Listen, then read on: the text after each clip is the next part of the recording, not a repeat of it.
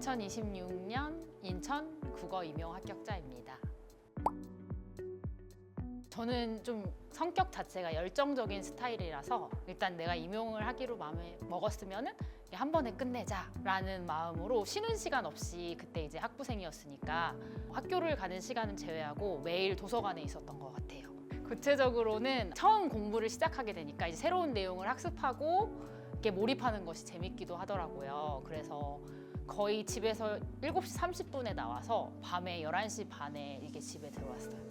그런데 이런 방법이 왜 효율적이지 않다고 생각했냐면, 요즘에는 그렇게 공부의 양을 늘려서 합격할 수 있는 시기가 아닌 것 같더라고요. 그렇게 공부를 열심히 하면서 효능감과 좀 아는 내용이 많아지면서 자신감도 올라가기는 했지만, 결과적으로는 재수를 준비할 때 완전히 무너져 버렸습니다. 그래서 여러분들은 무작정 공부 양을 늘리지 마시고 여러 가지 자신에게 맞는 공부 방법을 선택하시고 효율적으로 접근하셨으면 좋겠습니다. 저는 올해 멘탈 관리를 위해서 제 자신을 귀하게 여기자는 기준을 세우고 공부를 했습니다. 초수 때는 무조건 올해 많이 공부해야 된다고 생각해가지고 스스로를 굉장히 몰아붙였던 것 같아요. 그런데 그렇게 공부하다 보니까 오히려 지치고 멘탈이 무너지는 경험을 하게 됐습니다. 그래서 작년에 제가 세운 가장 큰 원칙은 임용고시 역시 결국 저의 행복을 위한 과정이라고 생각하고, 만약 이 과정이 저를 너무 힘들게 생각한다면 방향을 다시 선택해도 괜찮다고 스스로에게 좀 여유를 주는 방식으로 멘탈 관리를 했던 것 같습니다. 그래서 구체적으로 3가지를 실천했는데요. 첫 번째는 루틴을 만들어서 생활의 안정감을 유지했습니다. 그래서 상반기에는 공부 시간을 오전 9시부터 4시까지로만 정해놓았고, 그 시간에는 온전히 공부에 집중하고 몰입했습니다. 대신 나머지 시간에는 제가 좋아하는 운동이나 독서를 하면서 의도적으로 쉴 수 있는, 환기할 수 있는 시간을 마련했어요. 이 시간을 나에게 주는 휴식 속에서 집중할 거리를 던져준다, 그런 마음으로 가볍게 접근했습니다. 그리고 두 번째는 공부의 양보다는 질에 집중하는 방식으로 멘탈 관리를 했습니다. 공부 시간을 무조건 늘리기보다는 집중할 수 있는 시간 안에서 최대한 몰입하려고 노력했어요.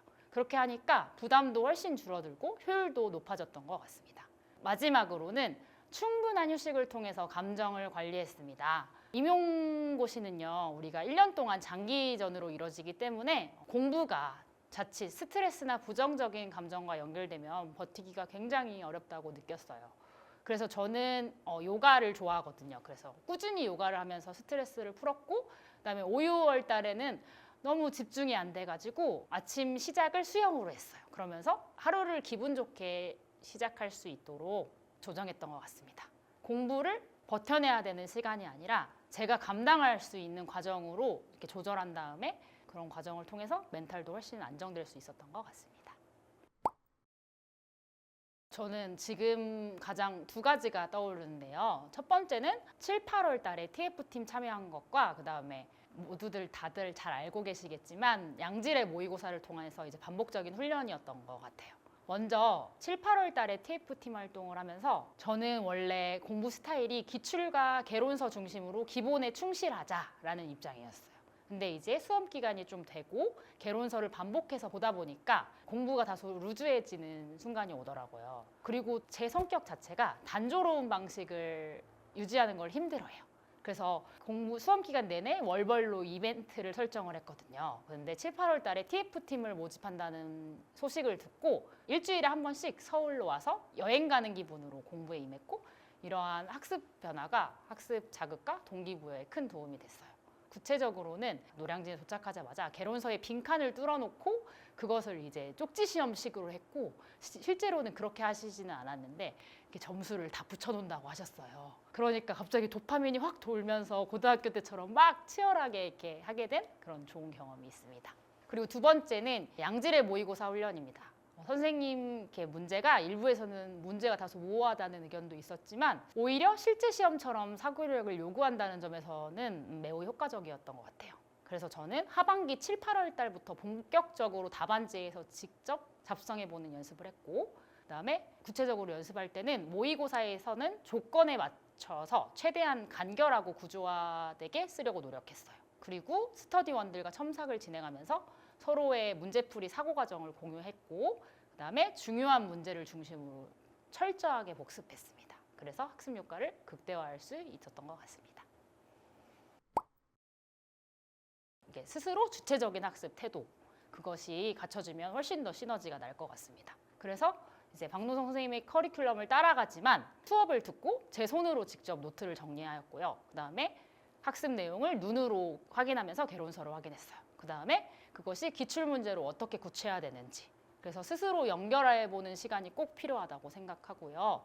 저는 구체적으로 연간 패키지를 수강했지만 모든 강의 일정을 수동적으로 따르지는 않았어요. 저의 학습 속도와 학습량에 맞게 전략적으로 조절했는데 이를테면은 1, 2월에는 제가 개념 정리를 한다라는 마음으로 과감하게 혼자 공부를 하는 시간을 확보했고 7, 8월 때는 일주일에 한 번씩 서울에 와야 됐기 때문에 인강에 집중할 수 없었어요. 그래서 TF팀 활동에 집중하는 데 몰입을 했어요. 스케줄에 맞춰서 주체적으로 설계했던 그런 학습 과정이 합격에 큰 도움이 됐던 것 같습니다. 선생님들 저도 20대 때 4번의 시험을 보고 30대가 되어서 작년에 1년 다시 준비하는 시간 동안 쉽지 않았습니다.